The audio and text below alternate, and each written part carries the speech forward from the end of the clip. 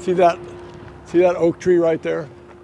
I planted that one day. The first month I was here, I got 4 little oak trees from a local nursery. They gave them to us, and I planted that about 2 inches high, so that was 50 years ago.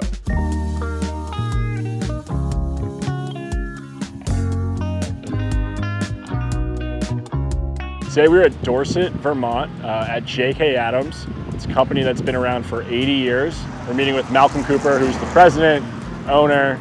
He's worked here for over 50 years, and we're gonna dive into how they make some of our favorite wooden products, but also what it means when a company sticks around in a town for this long. So welcome to That's Cool, Who Made It? I'm Paul, and let's go inside. That's our mantra. That's our sort of our, what would you call it? It's our ethos. Yeah, it's pretty simple.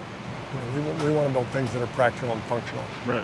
This is my 50th year formally, but people say, how long do you work there? I say, well, I literally would get off the school bus here and do my homework. So my dad bought the business the year I was born. He bought it in the fall of 49. I was born in 49. So it's all I've ever known. Yeah.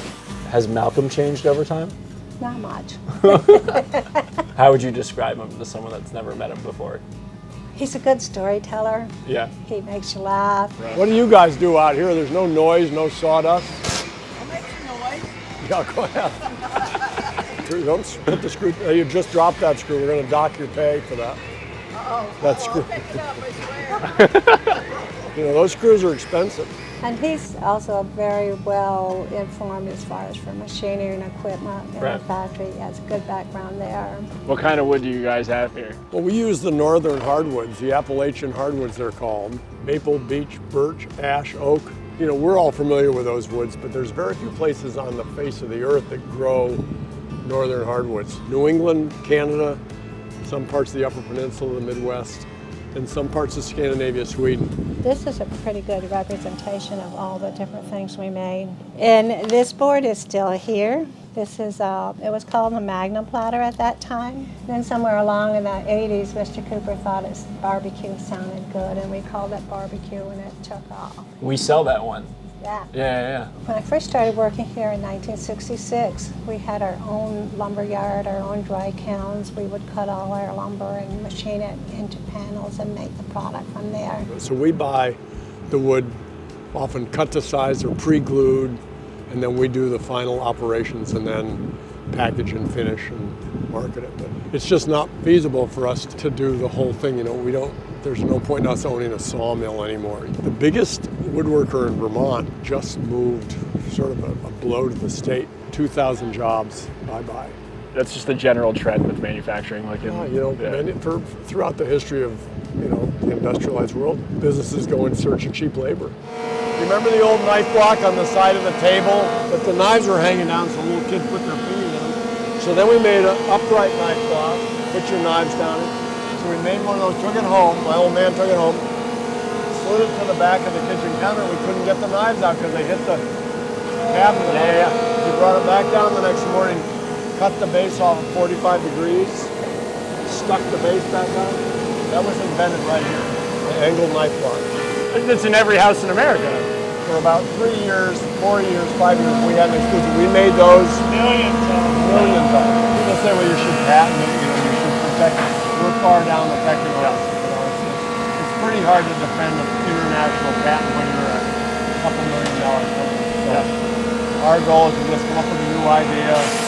Ride it out for as long as you can. Yeah. And we've been doing it for 80 years.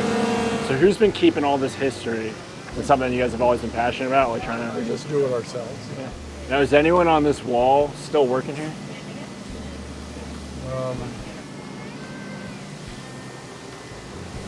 That guy right there was the one I was talking to up in the corner that had brought her shirt on. She's downstairs. She's been here 56 years. This is me. This is my twin sister. This is my little sister. So a lot of people are still here. Yeah, and how many years ago was that? Must have been 1999. Sheesh. When you were in China looking at factories, were you ever contemplating moving this place? Everybody, all the business consultants, all the advisors, all the bankers, all the investors said, you got to move to China because that's what everybody's doing. Yeah. Everybody in New England's moved.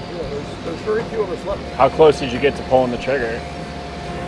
This is unfortunately, for better or for worse, sort of my family, Yeah. my home, you know. So somewhere in this room is I put my initials in when they poured this concrete product. Me and my boys wrote. Somewhere over the corner, we got our name on the floor. So I didn't come very close. Yeah. This would be a pretty good Amazon warehouse, wouldn't it? If I can do this, I'll feel like I did okay. Because I've never been a particularly good business manager, but if I can transition for another generation so this town still has this enterprise, I'll feel that I did a good job. I think that's good for little towns. I see a lot of little towns in New England lose the main industry, and there's a big hole in the town. No.